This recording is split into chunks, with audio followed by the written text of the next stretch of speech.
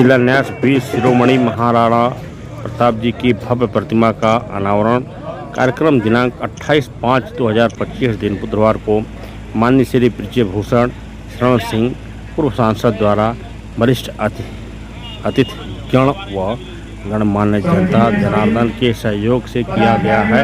समिति सदस्य जयप्रकाश सिंह, विशाल सिंह, दीपू तेंदुआ, अमित सिंह, एडवोकेट संदीप शाही, विश्वजीत सिंह, भीमसेन सिंह, अमित सिंह, श्री क्षत्रिय विकास संघ राष्ट्रवादी क्षत्रिय संघ एवं सर्व सम्मानित जनता भगवान ग्राम सभा के स्वर्गीय टीका सिंह एवं स्वर्गीय बलिराम सिंह के परिवारजनों को स्थलीय सहयोग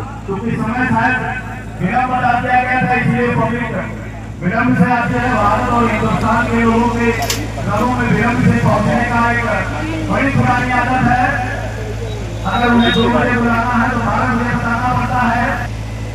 महाराणा प्रताप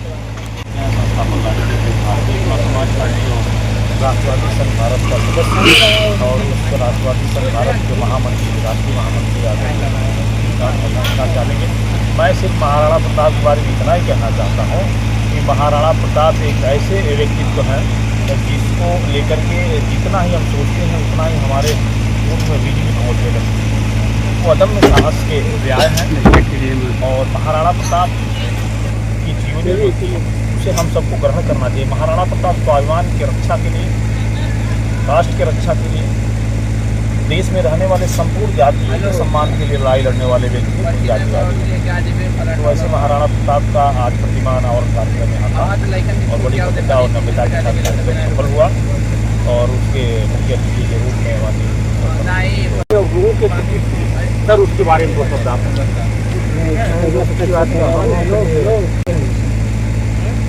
ऐतिहासिक रहा।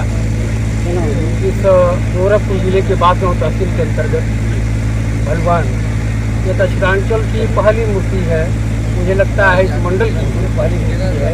यह ग्रामीण क्षेत्र में लगी है। जनसहयोग कि अपने जनपद गृह में यह इस तरह का अभी जो है महाराणा प्रताप की मूर्ति का कहीं अनावरण नहीं हुआ था। पहला स्थान है। यहाँ ये सभी के सहयोग से ये जो है आज अनावरण हुआ है माननीय पूर्व सांसद शरण सिंह जी द्वारा। और हम लोग काफ़ी गर्वान्वित महसूस किए हैं यह काम करके। हम लोग आमंत्रित तो काफ़ी लोगों को किए थे। गोरखपुर के हर एमएलए एमएलसी को हमने आमंत्रित किया था, आश्वासन भी दिए कि हो सकता है महाराणा प्रताप के कार्यक्रम के जो है आना न चाहते हैं, कुछ मजबूरियां हो, कहीं बाहर हों। नहीं तो हमको लगता है कि गोरखपुर दर्जनों जनप्रतिनिधियों को हम लोगों ने आमंत्रित किया था। अब उनकी क्या मजबूरी रही होगी इस कार्यक्रम से दूरी बनाए, अब मुझे नहीं पता। जो भी आए, क्षेत्र की बहुत सारी जनता आई, सभी को सभी बधाई के पात्र हैं।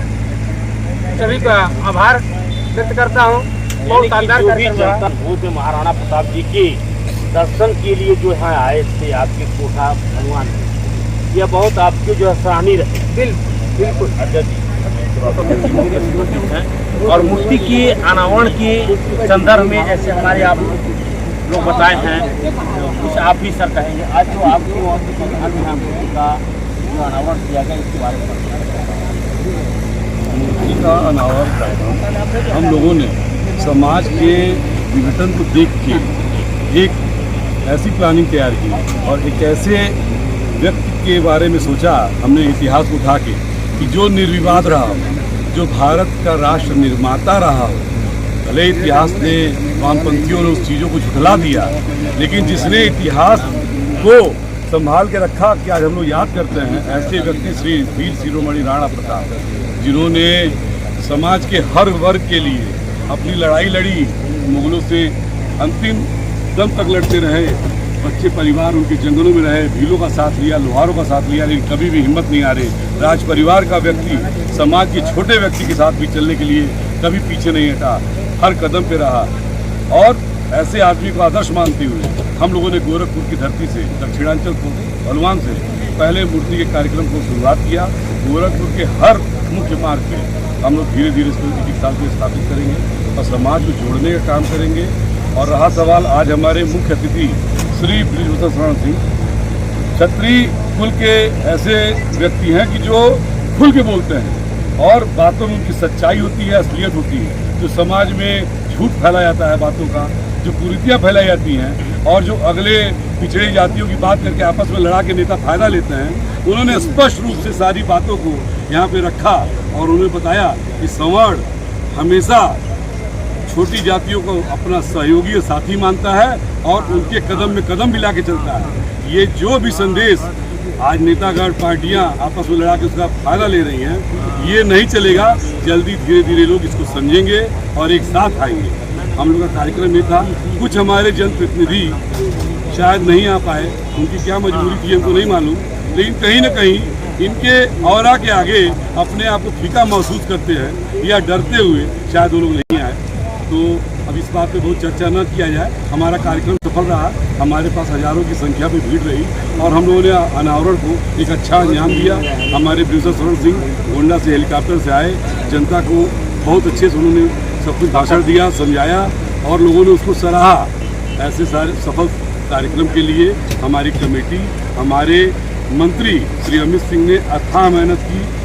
हमारे राजन सिंह सूर्यवंशी भाई जो अपना समाज से इन्होंने पूरी मेहनत की, हमारी पूरी कोर कमेटी लगी थी और मैं विशाल सिंह दीपू, राष्ट्रीय अध्यक्ष श्री क्षत्रिय विकास समिति, आप सभी का अभिनंदन और स्वागत है। आज इनकी ग्राम सभा में हम यह जो महाराणा प्रताप की मूर्ति का जो अनावरण हुआ है, यह एक शब्द इनसे भी लेना चाहते हैं। इस किसान को जहाँ से कैसे उत्पन्न ग्राम सभा जगदीशपुर भगवान प्रताप प्रस्तुत करने से यादव श्रोमणी महाराणा प्रताप जिससे अपने आप से जिसकी मुलाकात हो गई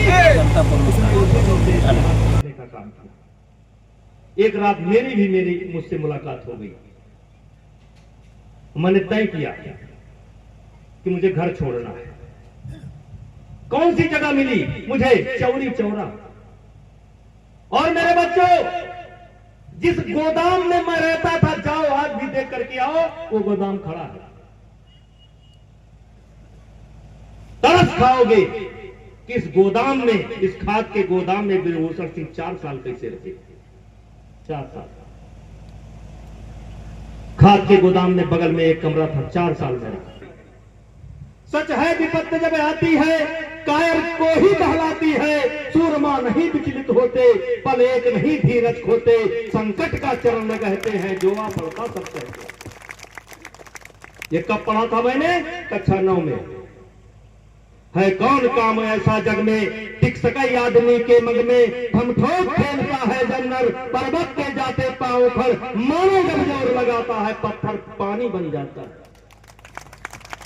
कपे लाली है, वर्तिका बीज उजियाली है। बत्ती जो नहीं जलाता है, रोशनी नहीं वो पाता है। पीसा जाता जब इच्छुगन गन्ना कोल्हू में डाला जाता है। झरती रस की धारा प्रचंड, मेहंदी सहती है जब प्रहार। बनती ललनाओं का सिंगार, जब फूल पिरोए जाते हैं हम उनको गले लगाते हैं। वसुधा का नेता कौन हुआ, भूखंड विजेता कौन हुआ। अतुलित यश क्रेता कौन हुआ, नौ धर्म पड़ेता कौन हुआ। जिसने न कभी आराम किया, विघ्नों में रहकर काम किया। इसीलिए मेरा मानना है कि सकारात्मक परिस्थिति में, जब परिस्थिति आपके अनुकूल होती है तो आदमी के अंदर आलस पैदा हो जाता है। वो अपने आप को सुरक्षित समाप्त हो जाता है, लक्ष्य समाप्त हो जाता है। आदमी उसी दिन मर जाता है, शरीर केवल जिंदा रहता है। और दुर्भाग्य तो ये है कि हमारे बीच में तमाम ऐसे लोग बैठे हैं जिन्होंने जीवन का कोई लक्ष्य ही नहीं तय किया। बड़े बड़े लोगों से पूछो क्या कर रहे हो, कुछ नहीं। करना क्या चाहते हो, कुछ नहीं। समझ में नहीं आ रहा। मेरे भाइयों, हम मनु की संतान, हम सूर्य की संतान, हम राम के वंशज, हम कृष्ण के वंशज,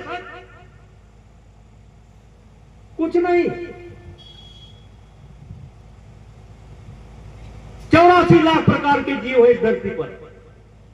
इस धरती पर 84 लाख प्रकार के जीव हैं, लेकिन आसमान में भी हमारा कब्जा है, पाताल में भी हमारा कब्जा है, धरती पर ही हमारा कब्जा है, यानी मनुष्य का कब्जा है। हम ऐसी बिरादरी के संतान क्या कर रहे हो? कुछ नहीं। क्या सोचा है? कुछ नहीं। अरे मेरे भैया, हाथ जोड़ करके प्रार्थना करता हूं कि जहां हो वहीं से रेंगना प्रारंभ करो, वहीं से रेंगना प्रारंभ करो। जो कुछ संसाधन, जो कुछ बचा खुचा है, वहीं से रेंगना प्रारंभ करो।